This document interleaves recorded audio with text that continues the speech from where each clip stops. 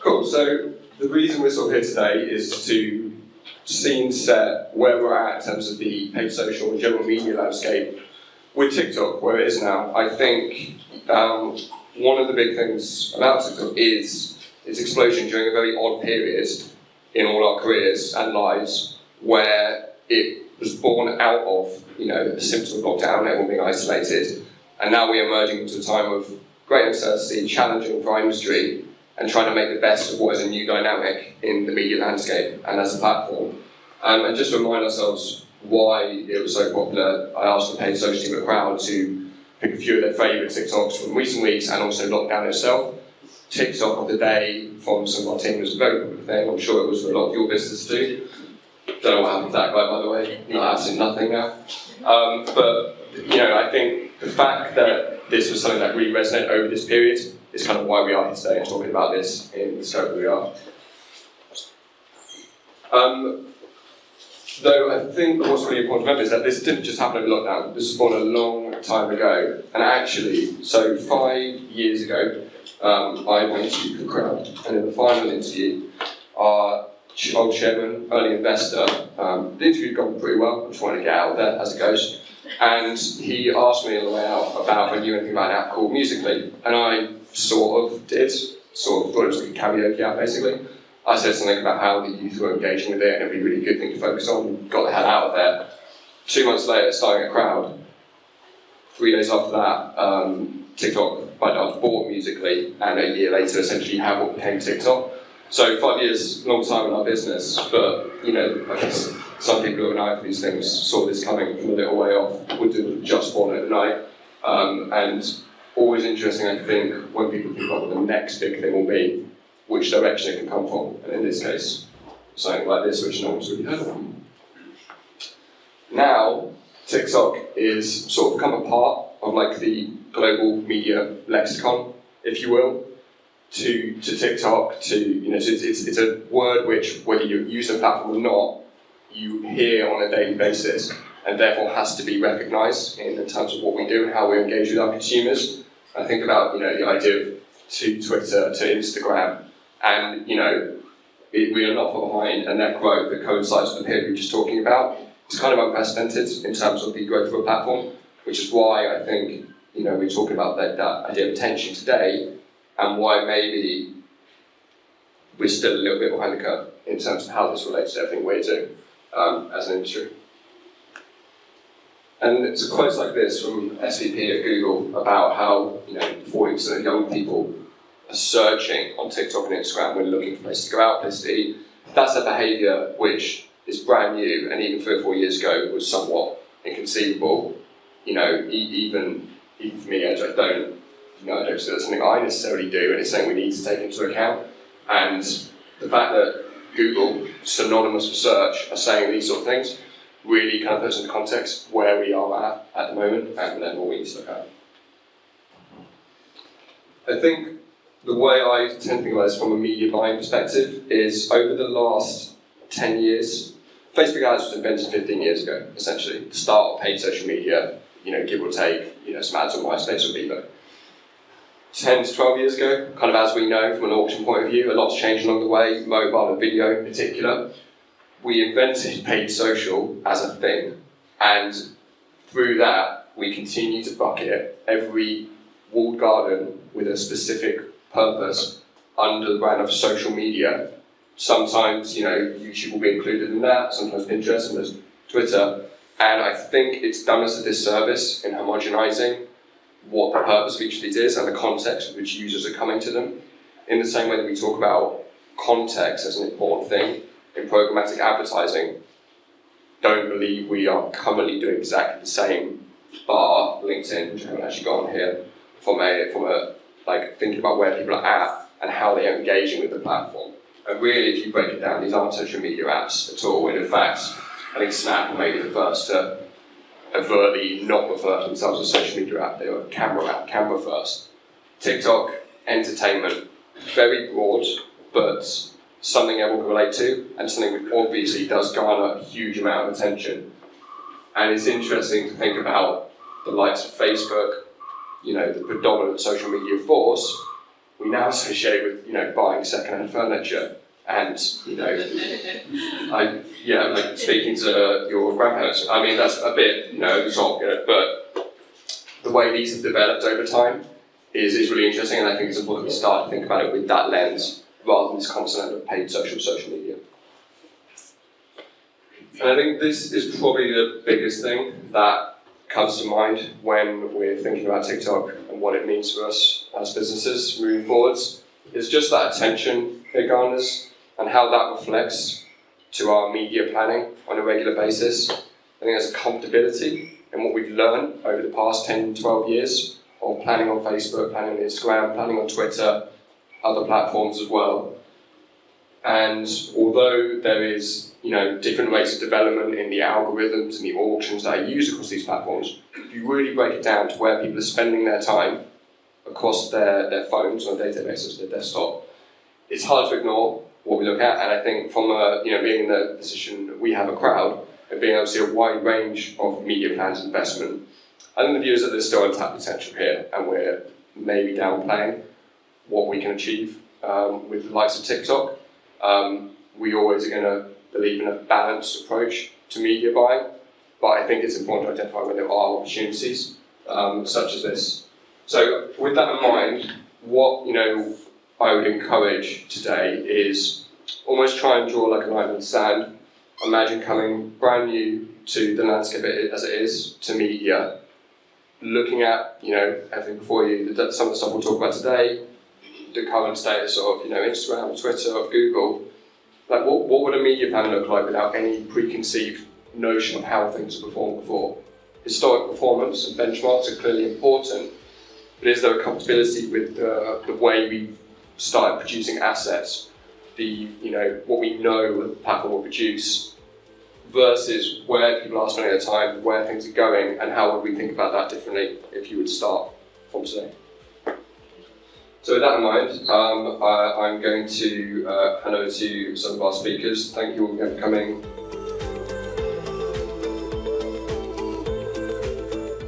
So kicking off, this is me 5 years ago, looking very young and unstressed, in case that does not look like me at all. I'm a paid social account director. I've been at Crowd for coming up 5 years now. Me and Anthony actually started within 2 weeks of each other when Crowd was going through a very big period of paid social growth. And I am not cool enough or coordinated enough to do TikTok dances, so I use TikTok exclusively to look at dog videos, especially corgi videos. I love corgis. I don't have one yet, but one day. So before we look at how we can actually activate TikTok, I think it's worth looking at some of the broader trends that mean that diversification is much more valuable than it has been previously. So anyone who's advertised on Meta in the past, which presumably is most of the people in this room, will have noticed that it's much more expensive than it used to be. This is actually aggregated Crowd US and UK client data. And as you can see, CPMs are much, much higher than they were over the last couple of years. And that's only become more pronounced as we come towards November and peak. So it's really important to start looking at other platforms where we can expand to bring down costs and make sure that we're driving cost-effective reach.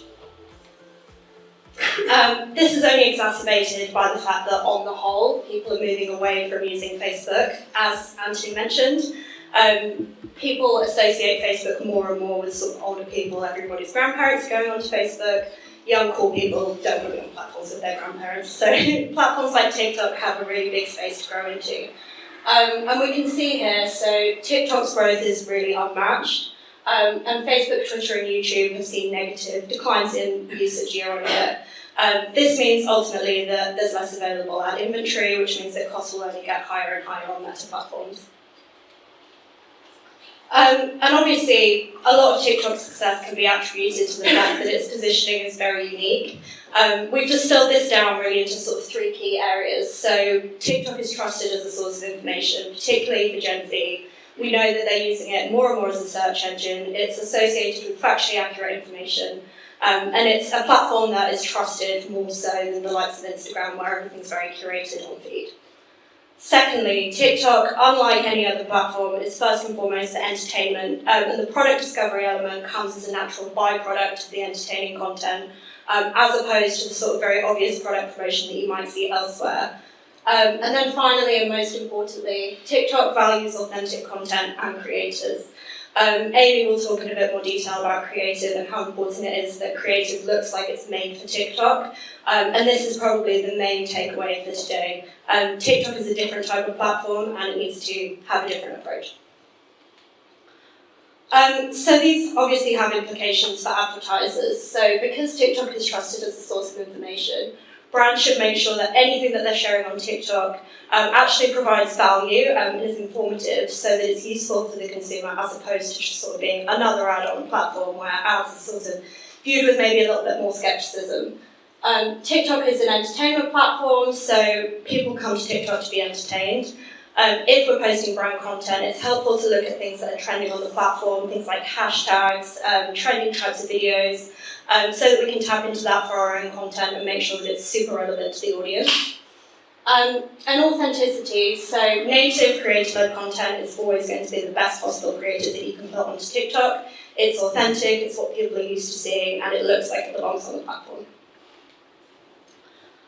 With all this in mind, so our approach really hinges on 3 key areas, so audience, data, and TikTok first creative.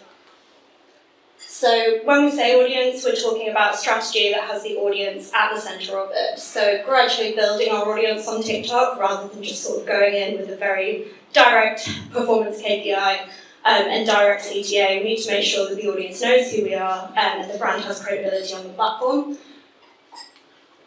When we talk about data, we're looking at how we can make the most out of automation on platforms, choose the right signals to optimise towards, measure things effectively, and just ensure that anything that we're testing has a really clear, actionable insight from it. And then authentic creativity, so making sure that we're launching entertaining creative that's native to the platform and is also relevant to the audience and makes sense to people that we're targeting on TikTok, not just broadly. So I'm going to start by talking a little bit about audience. The main thing to note here, so a lot of TikTok's reach is actually unduplicated, which means that we may have strategies across a number of different platforms, but on TikTok, we're likely to be reaching a new group of users for the first time. And because of that, we need to prime our audience before we can drive performance. So we need to make sure that the brand is front and center initially, so that we're making people on TikTok aware of what we're offering before we actually go in with a purchase campaign. And the way that we do this is with a phased approach. So the first step when it comes to launching on TikTok with absolutely no background whatsoever is to create presence. So TikTok is one of the few platforms where having an organic presence is actually very, very important. And it's also a great way to test out creatives and understand what resonates well with your audience before you actually go and put money behind it for a paid campaign. So setting up an organic profile, it doesn't have to be anything super complicated, just making sure that the brand is there and there is messaging out there to build that baseline of credibility. Secondly, we want to drive traffic. So you'll probably have retargeting audiences already, which are being pulled from a number of different sources. But that retargeting audience may not actually be populated with many people who are on TikTok on the regular, because that's an unduplicated audience for the most part. So going through a phase of building traffic, making sure that we're populating those audience pools is important so that we have the ability to scale performance later down the line. And then the third step is to gather signals. So we know that platforms are moving towards automation increasingly. And because of that, we can't pull levers in the way that we used to and optimize in such a granular way. Instead, we need to feed the algorithms the right signals and make sure that they're able to optimize effectively for us as they have visibility into things that we don't necessarily see. And then finally, we can convert. So at this stage, this is where you would move down the funnel, map out what your user journey looks like, and begin to optimize towards the conversion endpoint that you actually want to get from your campaign. And it's worth noting that these stages aren't exclusive. We wouldn't sort of drive traffic and then say, okay, we've built an audience, we'll stop that. This is sort of a phased approach. So you may downweight spend on traffic activity once your audience is there. But ultimately, we want all of this to be running in parallel so that we've got this continual cycle of audience building. And what we're trying to get out of this as an endpoint is full funnel BAU. So this is something that you'll be familiar with from Meta and other platforms that you work across. But really, those stages all come to form a user journey that means that performance is sustainable longer term. Organic presence sets the foundation, is a good test ground for creatives and messaging because we're not putting money behind them. So that's something that's helpful to have in the background as always on. Dedicated traffic campaigns populate retargeting segments. Going back to the CPM point, the bigger your audience is, the cheaper it will be to target. So driving traffic on a continual basis can really help to keep costs down and make sure that you're getting the most out of your budget. And then conversion strategy, this is the easy part. Everybody wants to drive conversions, but using things like first-party data for audience targeting, anything that is valuable for the algorithm to have so that it can optimize spend towards the highest value people in that segment is important for conversion strategy. And then remarketing and retention to capture high-intent customers and encourage repeat purchase where applicable. And audiences differ throughout this journey, so your organic following will obviously be your audience for any organic activity that you run. Broad demographics, so casting a very wide net for prospecting activity, again just helps to keep costs down and also means that you're not limiting yourself to a pool of users when it comes to building those audiences for retargeting. Lookalikes, based on first-party data, I think we're seeing in the industry as a whole that these are becoming more valuable over time. As platforms sort of have a bit less data on people to actually inform interest targeting, broad demographic audiences and lookalike targeting based on your first-party data is a good way to reach relevant people. And then these first-party data and pixel audiences obviously also informing your retention and remarketing segments. So going into data-led optimization, I think this ties in quite nicely. We need to make sure that we have quality signals. This is the case across all social platforms. Data is king, and the more signals that we can give to the algorithm, the better your performance is going to be. More first-party data and conversion signals means that we have more effective optimization, which ultimately means that your performance is going to be more efficient. And with efficient performance, obviously if your CPA is lower, you're going to have more sales for the same amount of budget. And that means that you then have even more data and it sort of feeds back in and starts the cycle again. So this is why full funnel is important, and this is why it's important to build those audiences over time. We want to make sure we have a steady stream of data signals constantly coming in and allowing the platform to optimize effectively. None of this works without tracking. I think this is sometimes a pain point when expanding onto new platforms. There are a lot of hoops to jump through with tracking sometimes, but TikTok does actually offer a few different solutions for this. These are kind of the three main options when it comes to installing pixels. So standard mode, this is ideal if you're an advertiser who just wants to sort of give it a go. You don't have any complex sort of tracking requirements. Perhaps it's a retailer who just wants to drive a purchase event, for example. So this would be recommended for advertisers without dev resource, as most of the setup can be done in the platform and you can configure your events within Ads Manager. So a performance team like the Crowd paid social team would be able to help with that. Third party, similar idea but done through a partner, i.e. Google Tag Manager would be an example of that. Again, quite a simple setup, doesn't require any dev work, but you are limited to the events that you can track because it's predefined. Developer mode, obviously, as the name would suggest, requires developer resource. This is sort of the gold standard when it comes to pixel implementation. You can fully customize events and you can pull in custom parameters, so things like value fields that you might want to optimize towards. That can be done through a developer mode pixel.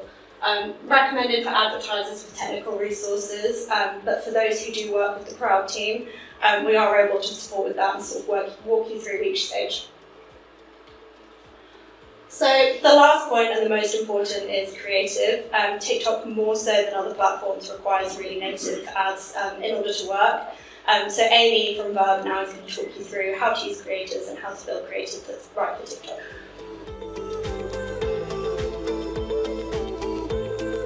Hello, my name is Amy. It's not done yet. We're going to be talking through creative strategy for brand this morning. As Emily said, I am the creative strategist at Verb, heading up the creative team. Some of you may know in the room, but Verb are the luxury arm of Crowd. We were bought out by Crowd almost a year ago now, but we very much specialise in working with luxury and premium brands. However, where we've come into play with Crowd is actually we offer a full creative services team, so we're now working really closely with Crowd clients as well to be able to help them grow and develop their creative, and today obviously we're talking about TikTok. So I'm a bit of a digital dinosaur actually when this slide comes up, because yes, I do have 15 years experience within the digital marketing agency and industry, and actually within the agency itself, one of the catchphrases that I'm bound to say about 1 billion times in this presentation, and usually about 200 times per day, is snackable content. My life evolves at the moment around snackable content, and obviously TikTok is the platform to go wild with it with. So that's me. And then I've got one fun fact that my first job before discovering the wonderful creative world of digital marketing was as cabin crew for BA. Didn't do it very long, so please don't think I'm as old as it says on the slide, because I got into digital marketing quite soon after that. So, so yes, let's face it, we're here to talk about TikTok, and really, as Anthony was saying, it's really shaken up the social media landscape, particularly in the last couple of years. And I think probably most of you in the room are here today because we all know that it is here to stay. So what is it that it offers that other social media platforms don't? Well, I think we've already looked at it and talked about it a little bit so far, but it's its format. It's a really exciting format to play on. And I think what's really exciting about it, as Anthony said as well, it's not necessarily just a social media platform. We all need to start thinking about it as an entertainment platform. And that's something I'll be talking you through today. But obviously, we're all brands in this room, and quite often we get brands coming to us going, yeah, okay, I get it, I need to be on TikTok. We've seen everything from a performance point of view that it's the platform to be on, but where on earth do I start? Well, as Emily was saying earlier, yes, it's a super intuitive platform and there's loads of fun to be had in it as an individual, but as a brand, it's really important to have that strategy in place. So this is kind of our sort of this is how we initially start working with brands. So there are 3 steps basically. So it's all about creating those organic moments first. It's about making sure you as a brand know how to play on the platform and can prove it to your audiences. It's making that splash and creating really authentic content that connects with your target audience. And then, step 2 is thinking about creators. I'm going to touch on this a bit more shortly, but it's really important to kind of think of creators as your kind of superpower as a brand. They are already out there creating authentic content on the platform and connecting with the TikTok audience. So it's about thinking about how can we tap into them and who are the right creators for your brand to work with. And then number 3, obviously, the paid peaks are super important too. So once you're nailing your organic content, you've got some great creative content as well, and you're really starting to see those results grow. That's when you can start working with those paid peaks and thinking, what do I want to put money behind to really make things fly, to really grow my following and really grow my engagement. So, that's the kind of the science bit, but let's start bringing it to life a little bit. So, as I said, it's really important to think about how you as a brand can create content that is ownable and authentic to you.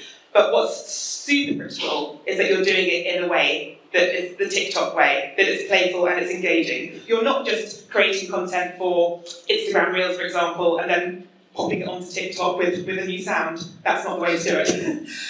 There are all sorts of ways that you can play across the platform, and it's really important to think about what's right for your brand. Let me talk to you about a few different ways that you could do it. The reality is, whilst I talk through all of these, most brands have a mixture of some of these ways. So Joel will talk a little bit later, and I'm sure he can talk to you more about the TikTok Creator Suite, but that's usually a starting place for smaller brands particularly, or businesses that just want to sort of get started and create really agile content.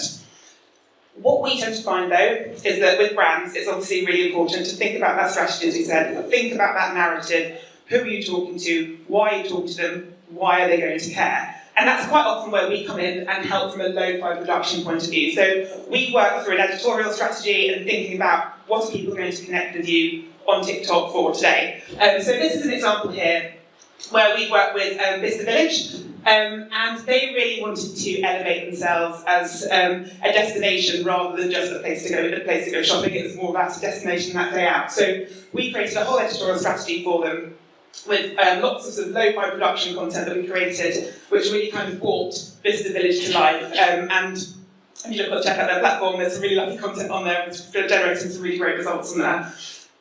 Creator content, as I said, they are your superpower. We'll talk about them in a little bit more detail in a minute. But we have a social media team within Verb who work really closely with a range of different creators, and it's all about matching the right creators for your brand. And then, obviously, from a Verb perspective, as I said, we work with a lot of premium and luxury brands. And there's this question mark quite often that comes into play is, okay, I'm a luxury brand, TikTok doesn't feel right for me. I'm here to say that it is right for you. If you're a premium or luxury brand, it's about doing it in the right way. But we also create studio shot content, which is agile content shot within the agency studio, where we think about what's trending from a transition point of view or from a music point of view, and make sure we're still creating that elevated content that's right for the platform. And then finally, there's that hi-fi production content. So this is an example, I'll talk a bit more about Creed shortly. But this is an example where Creed fragrances were launching their Aventus fragrance, doing a relaunch of their Aventus fragrance, and they had a brand campaign, and we created a series of TikTok videos which related back to the brand campaign, and made sure those transitions were made for TikTok rather than just taking the main brand creators. Okay, so this is probably a term you've heard before. Don't create ads, create TikToks. And whilst probably a lot of us in this room have heard it, I'm sure Joel will repeat it when he talks in a little bit, really want you just to always remember this. It's about creating the right content for the platform. Here are just a few examples I'm going to play through. I've got sound so I can carry on talking, basically. But M&S Food is a really interesting one to look at.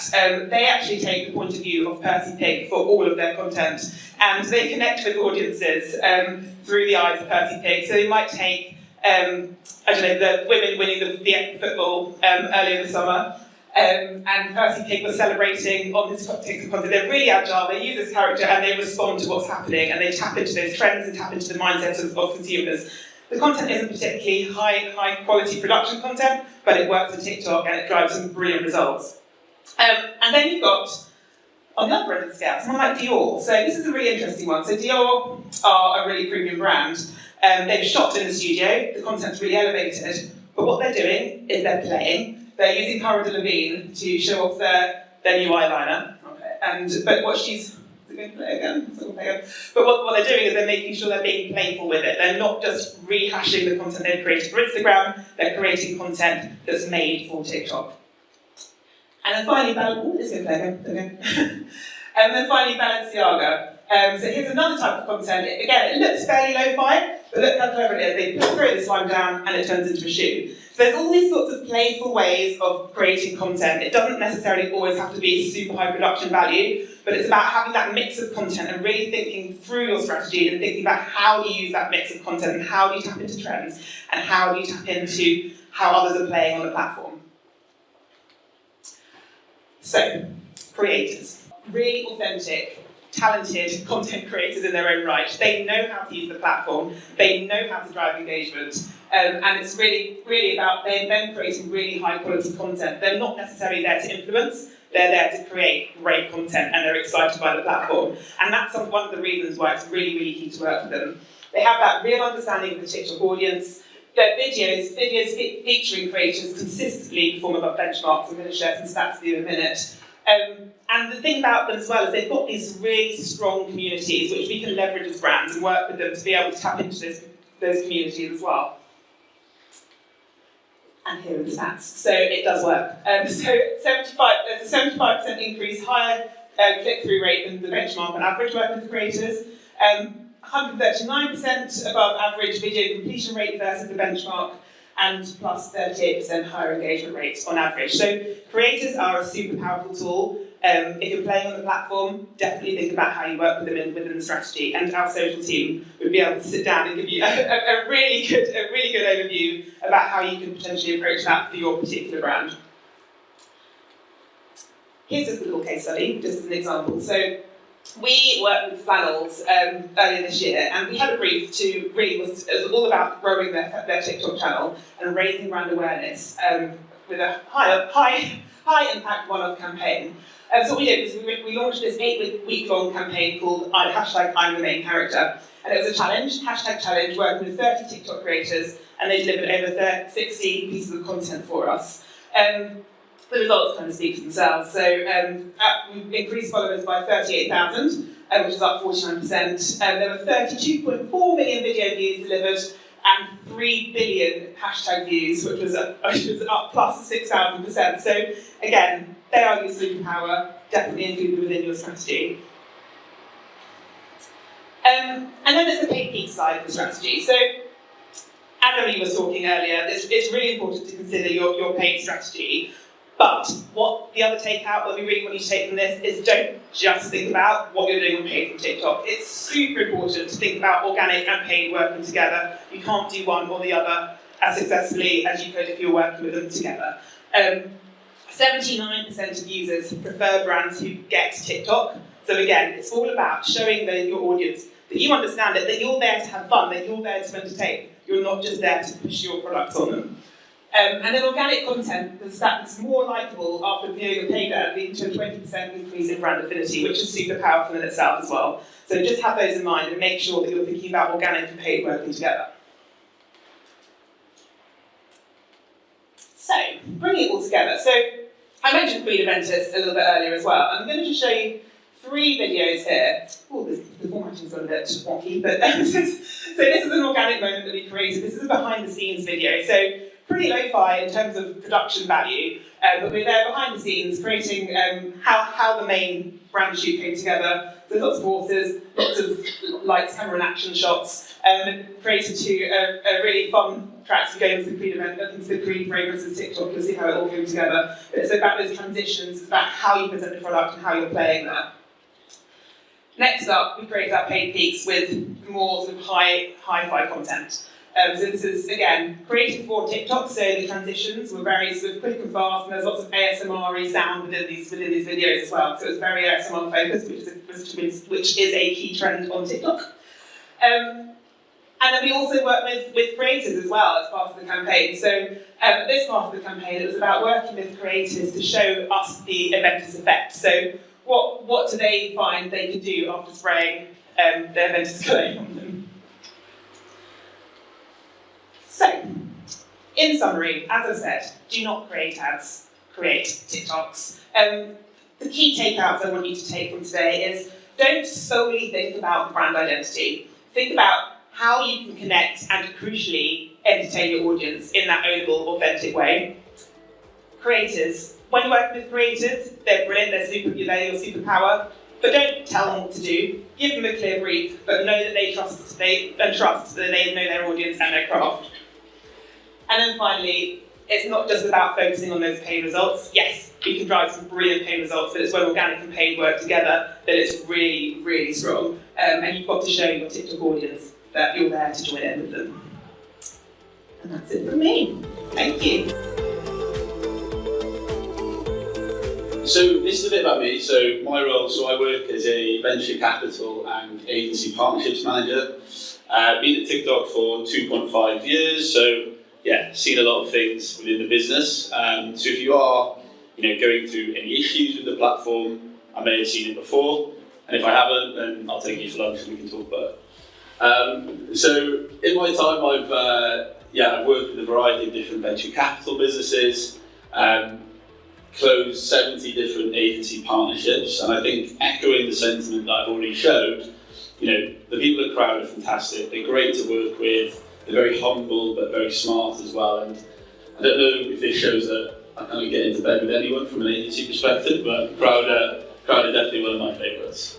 And the last thing, I'm Welsh, and I'm proud to say I'm the only Welsh person that works at TikTok UK, so it's good. Hey John, let's have a look at that. So echoing the points we've already mentioned, right? TikTok is an entertainment platform. We're not a social platform, despite what many people think. The platform is all built around discovery. What does this mean? That means that anything can really go viral on the platform. Whether it be silly TikToks, whether it be brands like Little Moons, for example, anything can really go viral. And that's down to the way that the algorithm learns and optimizes towards the viewing habits that you had in the previous video, and then serves you content for the future. I think this is a really good stat, right? Hands up if you've bought something from TikTok. I was expecting a bit more. But this is a trend that really has gone viral on the platform, right? And that is TikTok made me buy it. What does this mean? This means that things that you see on TikTok actually translate into purchases. And I think, when I started 2.5 years ago, right, the platform was definitely seen as this big awareness player or traffic driver. What we're seeing now is brands that are really piggybacking off the success that we have and tackling the 3 key pillars of our business: commerce, entertainment, and community. These brands are really seeing the success, and those brands that are willing to make and dip their toe in are really going to be the ones that succeed. And I think this just echoes that sentiment, right? 71% of TikTok users agree that they were inspired to shop when they weren't actually looking to do so. And that goes down to the way the algorithm, as I've previously said, learns and optimizes towards 1, what your viewing habits are, but 2, what your purchase behaviours are as well. That then translated into 23% of users actually then purchasing on the platform. So that's like me going down the high street and going to buy a new t-shirt. I didn't actually want to buy a new t-shirt, and then converting after that. So about 1 in 4 times maybe I buy that t-shirt on TikTok. And we know this, right, because people on TikTok come to the platform to be entertained. They don't go there to be seeing their friends' holidays in Barbados or what new designer outlet they have. That'd be quite depressing, right? I think the beauty of TikTok is anything can happen, anything can go viral, and you can really be your most authentic self when you're on the platform. And ultimately, 46% of people say that they come there to discover new things. I think this is a bit of a creepy slide, I don't really like this, but consumers no longer go shopping, they're always shopping. And I think that's the power that TikTok has, is because the algorithm can serve you content that you didn't even know you liked, or you didn't even know you wanted to see. The beauty of that means that consumers are always going shopping. And it's a bit creepy. And again, just piggybacking off the success that we've had, right? TikTok made me buy it is a fantastic trend. If you haven't looked at it already, please see some of the brands that have really gone viral on the platform. I've taken a selection of some of these here. American Eagle, Premier Inn. You must have seen, Little Moons, for example, that really went viral. But if you're interested in any other case studies or any other go-to-market strategies, I'll speak for myself, but I'll probably speak for the crowd as well. We'll be happy to support that. Sorry for putting work on your desk. And I think echoing Ant's point earlier, this slide is fantastic. This looks at the uniqueness of the TikTok audience, right? So if you're running always on performance marketing on Meta, Instagram, Snapchat, Twitter, what this shows is that by working with us, you can reach an untapped audience that doesn't exist on other platforms. Unsurprisingly, given the fact that we are an entertainment platform, we do have quite a high affinity towards YouTube. But we've got quite a nice, unique audience versus the Zuckerberg empire, so we're quite happy with that.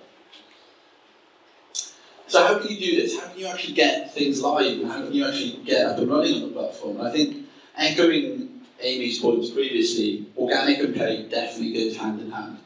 So whether this be through product links, we've got live shopping on the platform, we've got product showcase tabs with our TikTok shop team. I personally prefer the paid side because it's better.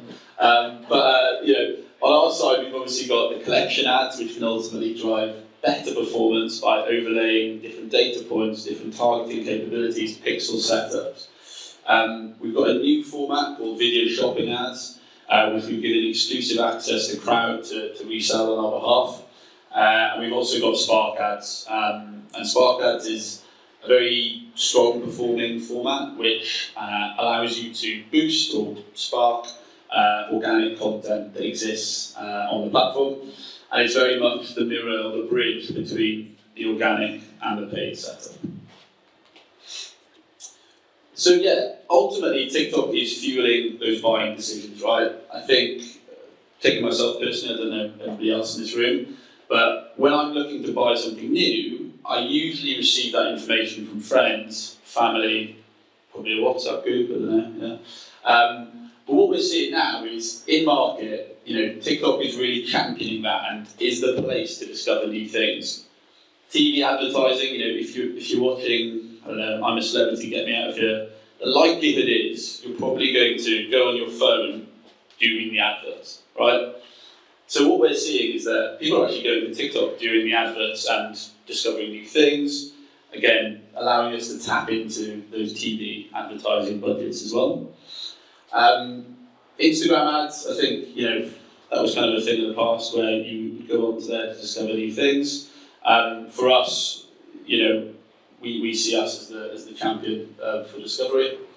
And the last two, I think, the less said about them, the better. So video shopping ads, what's so good about video shopping ads, and how can you guys get set up and get up and running with video shopping ads?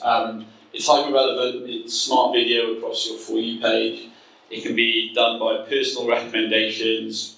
You can use the usual suspects in terms of your targeting capabilities. You can upload your first party data and then retarget with a strong collection of products at the bottom of the creative, but overlaying with the video that you're set up with. And really the results speak for themselves, right? This is really a new product. We launched this, I believe, about a month ago. We launched in alpha, we then went into beta a few weeks ago. And the results that we're seeing are actually fantastic, right? There's been a 46% average increase in return on ad spend, 24% decrease in cost per acquisition, and overall campaigns have seen an uplift of 92%. So if you are interested in video shopping ads, we can definitely do some follow-up sessions on this as well. And this is just some examples, right? An early case study we've got from Wonderskin has really just highlighted this. We had a sentiment there from American Eagle on the previous slide, but this just shows you, in action, how powerful TikTok can be from a video shopping ads perspective. Again, we've seen a 46% higher ROAS versus the account average, 53% more cost-effective completed payments, and a 21% higher completed payment rate. Again, just highlighting that what we say does actually work, at least sometimes.